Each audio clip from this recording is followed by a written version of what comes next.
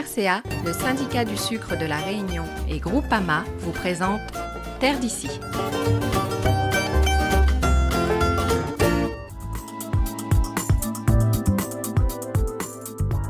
Ils sont venus du monde entier voir de plus près les progrès réalisés dans le domaine de la recherche variétale sur la canne à sucre.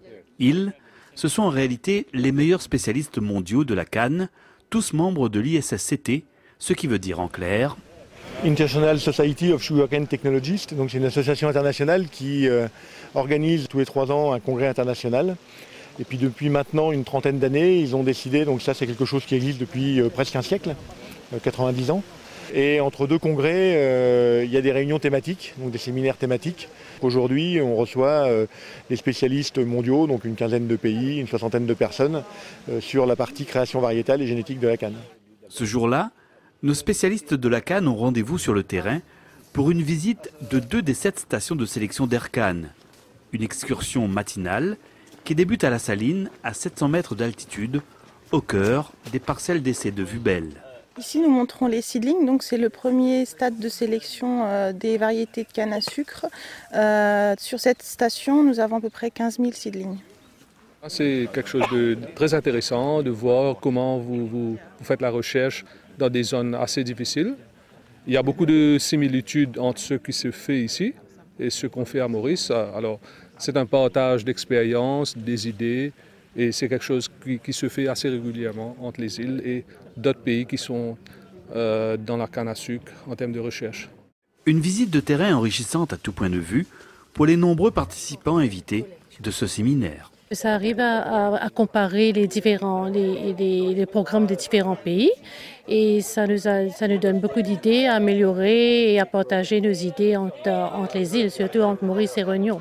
Nous produisons aussi des variétés, et tout comme à La Réunion. Et cet échange est très bénéfique pour nous et comme pour vous aussi. And on the label, you can see the origin of the variety. If it's from Vubel or from other station, okay? Il y a 2 choses très intéressantes dans cet essai particulier. Ce qui est intéressant, c'est de voir que toutes ces variétés ont été sélectionnées sur la station de Vubel dans les Hauts de l'Ouest. Et donc, on voit bien que les variétés sont bien adaptées. Et on ira voir juste après un essai où il y a des variétés qui viennent d'ailleurs. Et on va voir une grande différence entre les variétés sélectionnées sur Vubel qui sont bonnes et les variétés sélectionnées pour d'autres environnements qui sont moins bonnes.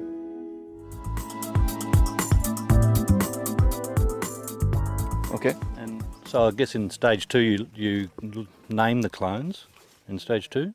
Australiens, Américains, mais aussi Brésiliens, Japonais, Sud-Africains ou encore Mauriciens, c'est en tout 70 spécialistes de recherche sur la canne à sucre venus de 15 pays et qui représentent une trentaine d'institutions scientifiques.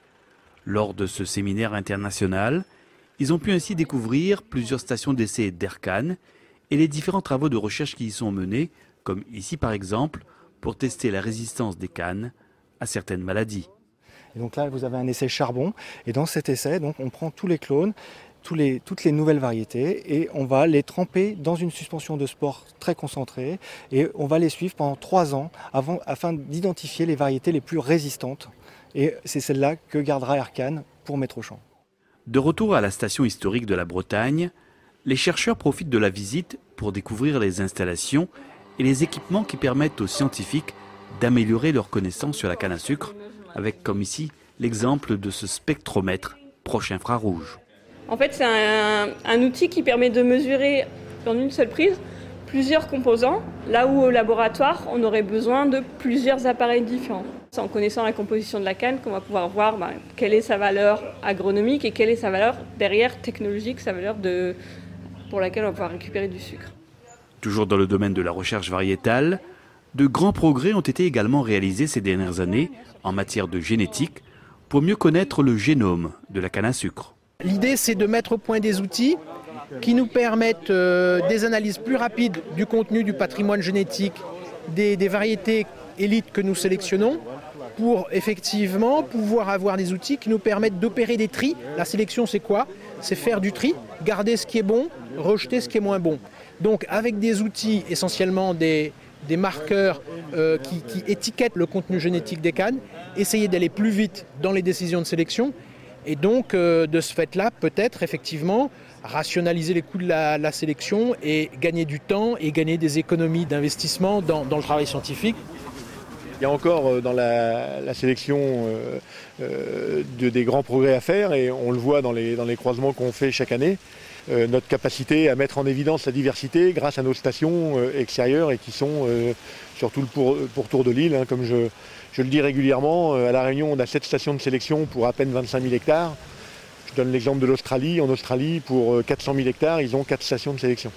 Donc on a un effort de sélection à La Réunion compte tenu de nos conditions de production qui est très très important.